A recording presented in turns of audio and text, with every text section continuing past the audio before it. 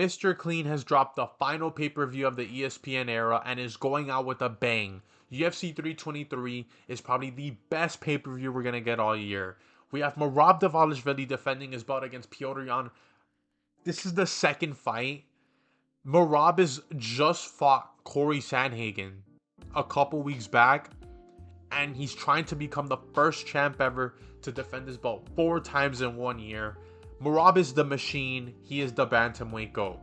We also have Alessandro Pantoja going up against my king, my GOAT, Joshua Van. If you do not know, if you have not checked out this channel, my TikTok, my Instagram, Joshua Van is my GOAT. And I think he's going to beat Alessandro Pantoja. And we go talk about it in this video.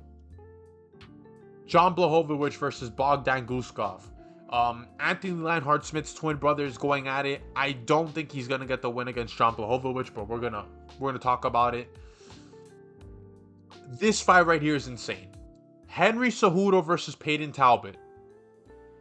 We're not gonna get the Frank Ocean album now after this. What are we doing? We needed one more win for then Frank Ocean to give up that album, and now we're probably not gonna get it ever, because why are you testing Peyton Talbot with Henry Cejudo?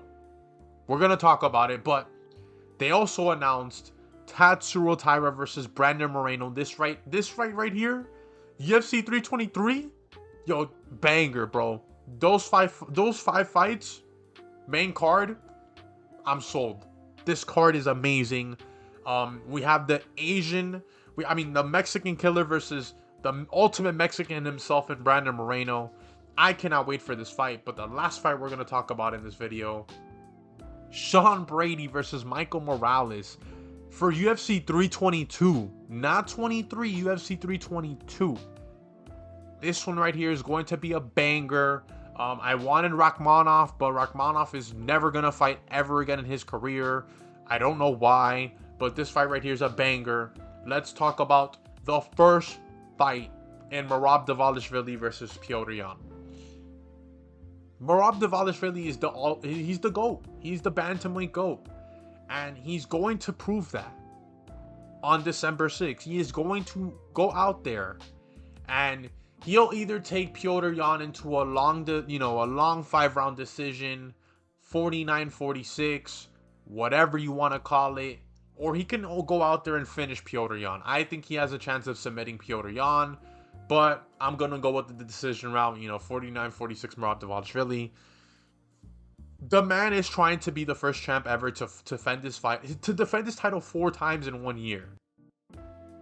And I think he's going to get it done. And not only that, he's going to win Fighter of the Year because no one can beat Merab Dvalishvili. This man is the GOAT. This man literally a couple weeks ago just went out there, almost knocked out Corey Sandhagen, but not just almost knocked him out, took him 5 rounds and beat him. And he said, you know what? I want to fight again. Give me Petr Yan. This man is insane. I don't know what else to say about Merab Dvalishvili. This man is not human. He is an alien.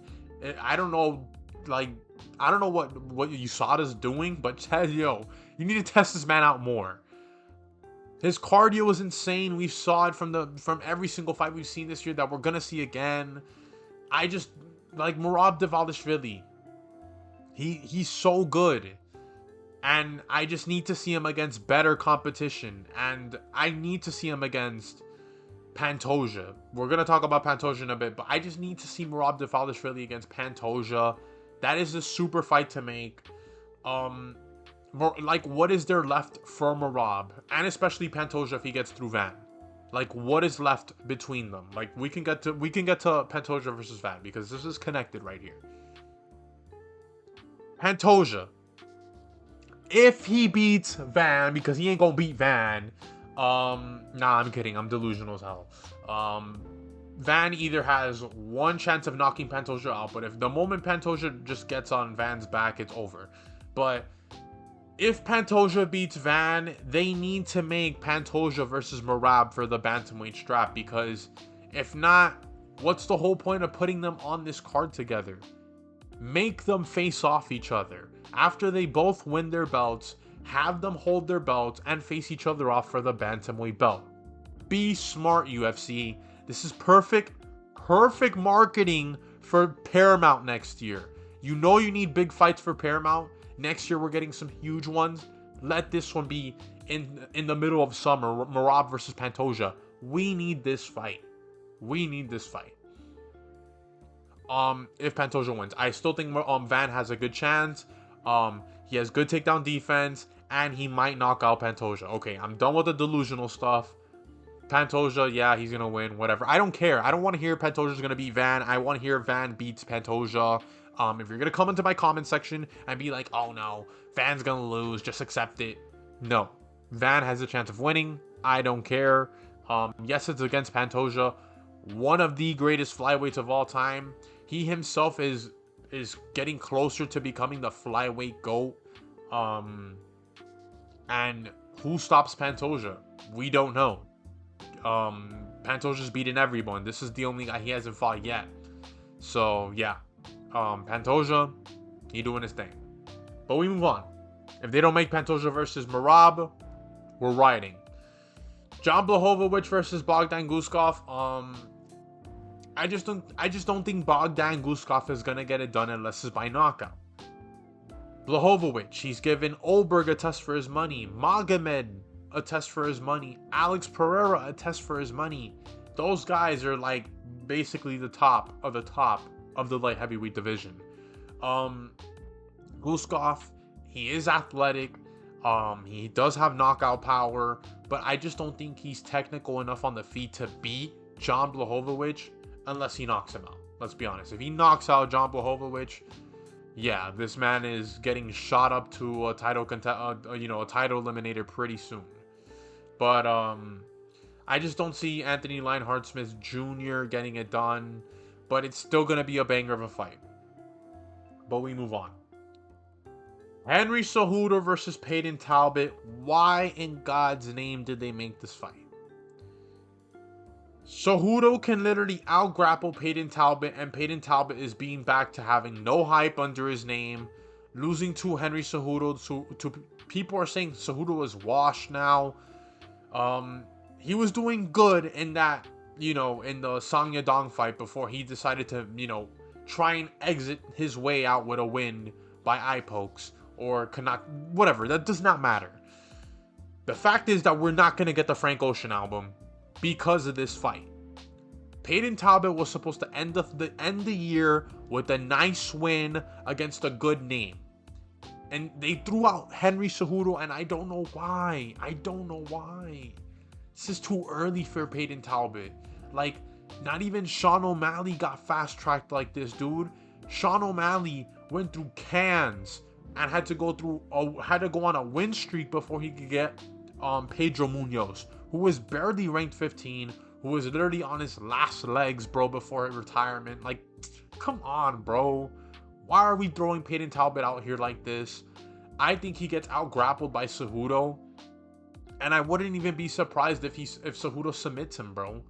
But I'm not even gonna say Talbot still has a chance. Let's be honest. Cejudo's reach, he's gonna be swinging for the fences trying to touch Peyton Talbot's shin, but in reality, he's just gonna take him down. He's gonna take him down, and I think I got Cejudo winning this fight, dude. I really do. We won't be getting the Frank Ocean album, but this is also gonna be on the card on UFC 323. This is such a banger, dude. This right here, this could be the next fight for the flyweight division. Maybe if they make Merab versus Pantoja, whoever wins here goes up against Van, or the winner between Royval versus Cap. We don't know, but Brandon Moreno versus Tatsuro Taira, banger of a fight. Tatsuro Taira, we know him as the Mexican killer. He's killed literally every Mexican at flyweight, except for the ultimate Mexican himself in Brandon Moreno. I do gotta say this: if Tatsuro Taira has not improved on his striking, I'm going with Brandon Moreno. And we know in his last fight against Han Xiang Park, whatever that guy's name is, I forgot.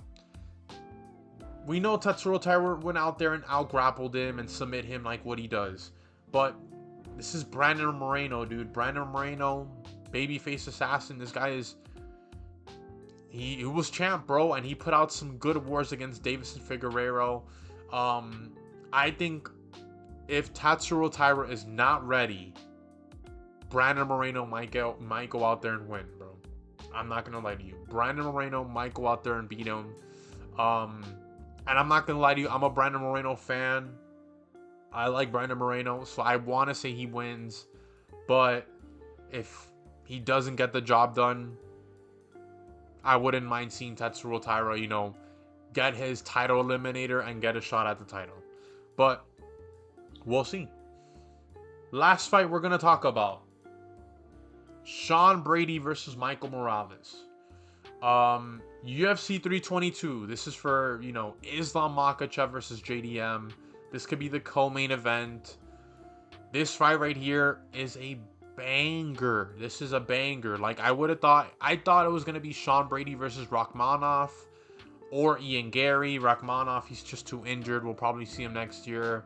Brady instead took on, Ian Gary took on Bilal Muhammad instead. And now we get Michael Morales, who had a pretty easy win against Gilbert Burns, is going up against a real big test in Sean Brady. I feel like it's Morales' first big test. Sean Brady, if he beats Michael Morales, you gotta give Sean Brady the title shot against whoever wins. And I feel like that's why they put him on this card, because, big win streak. It's either Sean Brady gets the title shot, or Ian Gary finishes Bilal Muhammad and he has to get granted the title shot. But right now, I feel like it's Sean Brady. If he wins, he has to get the title shot. Beating an up-and-comer like Michael Morales like that, if he beats him by, like, submission, like, that would be insane. That has to give him a title shot. Michael Morales is, an up-and-comer that nobody wants to fight. And he decided, just give me anybody. Sean Brady's a dog like that, and I think he gets it done against Michael Morales. Unless Michael Morales just head kicks Sean Brady and kills him by KO, I don't think that's gonna happen, but you never know. But my gosh, to end the year, we're ending the year off better than how we started the year. Let's be honest. How we started the year compared to how we're ending the year. Ending the year. Merab is just a bantamweight go. Let's just say it. He's the bantamweight go, and he's gonna beat Petr Yan. We know this by now. Pantoja, if he beats Van, I'm gonna say if until he beats him. If he beats Van, they gotta make Merab versus Pantoja. Put him in that octagon together to face off. That'd be fire. Then you have Blachowicz versus Guskov. I don't think Anthony Lawrence-Smith is gonna get it done. Cejudo versus Talbot. Talbot does have a chance. I know the bantamweight division right now is very, very weak. Like, if with Merab just destroying opponents left and right, the UFC needs a young up-and-comer to just, put their money and everything on, because they don't really like Merab as champ, but they need somebody, and they're going with Talbot here. And if Talbot beats Cejudo, congratulations. You're gonna get way harder competition that we know you're not ready for. But I just think Cejudo wins regardless. We also have this one right here, Moreno versus Taira. The winner here can go up against Van if Pantoja vacates his belt to go fight Merab. Still a banger of a fight. I cannot wait for this one. And then this one right here, UFC 322. Come on, man. UFC 322, what a card. We got 2 good cards to end the year, man. 2 pay-per-views to end the year that are so good, man. Let me know what you guys think in the comments section. But I'm Jane Epps MMA. Like and subscribe.